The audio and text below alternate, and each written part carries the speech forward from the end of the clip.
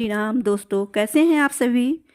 मैं बिहार की बेटी झारखंड की बहू सीमा आप सबों का ममास ब्लॉग में बहुत बहुत स्वागत करती हूँ।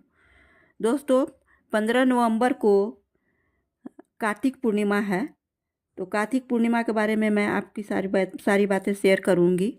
इसमें कुछ शुभ संयोग बन रहा है और इसका महत्व क्या है, कैसे पूजा करना चाहिए, गंगा स्नान का क्या महत्व है और इसकी कथा, जो विशेष कथा होती है सत्यनारायण भगवान की कथा, ज़रूर सुनते हैं। यदि आप घर में न भी करवा सकें पूजा, तो आप वीडियो में सुनकर इसका फल ज़रूर मिलेगा। तो आइए बताती हूँ इसके बारे में। हिंदू धर्म में कार्तिक पूर्णिमा का विशेष महत्व माना जाता है। इस दिन भगवान विष्णु के साथ ही भगवान शिव की पूजा भी की जाती है। पौराणिक कथाओं में बताया गया कि इस दिन भगवान शिव ने त्रिपुरासुर नामक राक्षस का अंत करके इसके आंतक से देवताओं को मुक्ति दिलाई थी। इसलिए इस दिन का महत्व शास्त्रों में बहुत खास माना जाता है। इस दिन पूजा पाठ के साथ दान पुण्य करने और गंगा स्नान करने से आपके सभी कष्ट दूर होते हैं और कई जन्मों के पापों का अंत होता है।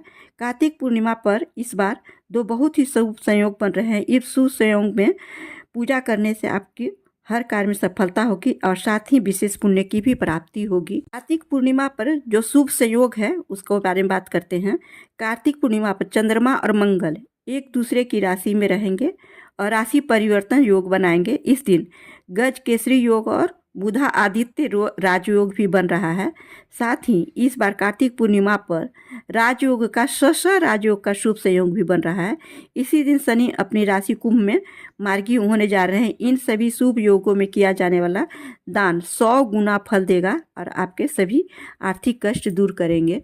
पूजा का शुभ मुहूर्त क्या है, तो पंचांग के अनुसार कार्तिक पूर्णिमा की शुरुआत 15 नवंबर को सुबह 6:19 पर होगी और समापन 16 नवंबर को सुबह 2:58 पर होगा। इस दिन स्नान और दान का शुभ मुहूर्त सुबह 4:58 से सुबह 5:51 तक रहेगा।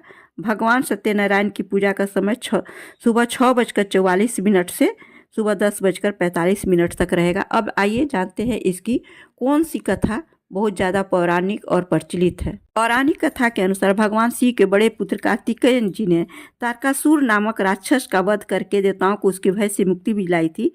लेकिन तारकासुर के वध से उसके 3 बेटे तारकच, कमला और विद्युन्माली बेहद दुखी और देवताओं के प्रति आक्रोशित थे। तारकासुर के बेटों ने देवताओं से बदला लेने के लिए ब्रह्मा जी की उपासना प्रारंभ कर दी।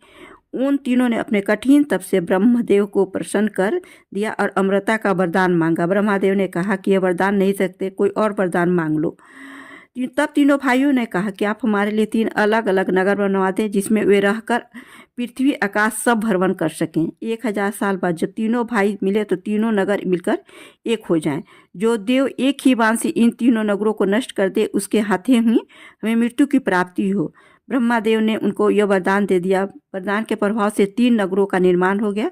तारकच के लिए सोने, कमला के लिए चांदी और विद्युन्माली के लिए लोहे का नगर मिला था। उन तीनों भाइयों ने तीनों लोक पर अधिकार कर लिया था। देवताओं के राजा इंद्र ने इन तीनों भाइयों से भयभीत होकर भगवान शिव के शरण में गया और मदद करने का निवेदन किया। तब भगवान शिव ने एक दिव्य रथ का निर्माण किया जिसमें चंद्रमा और सूर्य उस रथ के पहिए बने।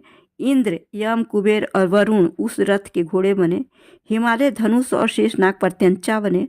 भगवान शिव बाण और अग्निदेव उसके नोक बने।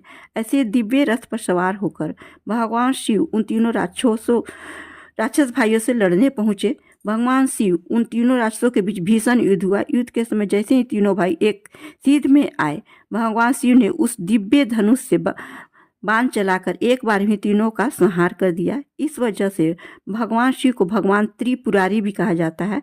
कार्तिक पूर्णिमा के दिन यह घटना हुई थी। इस वजह से कार्तिक पूर्णिमा को त्रिपुरारी पूर्णिमा भी कहते हैं। दोनों राक्षसों का वध होने से सभी देवी और देवता प्रसन्न हुए।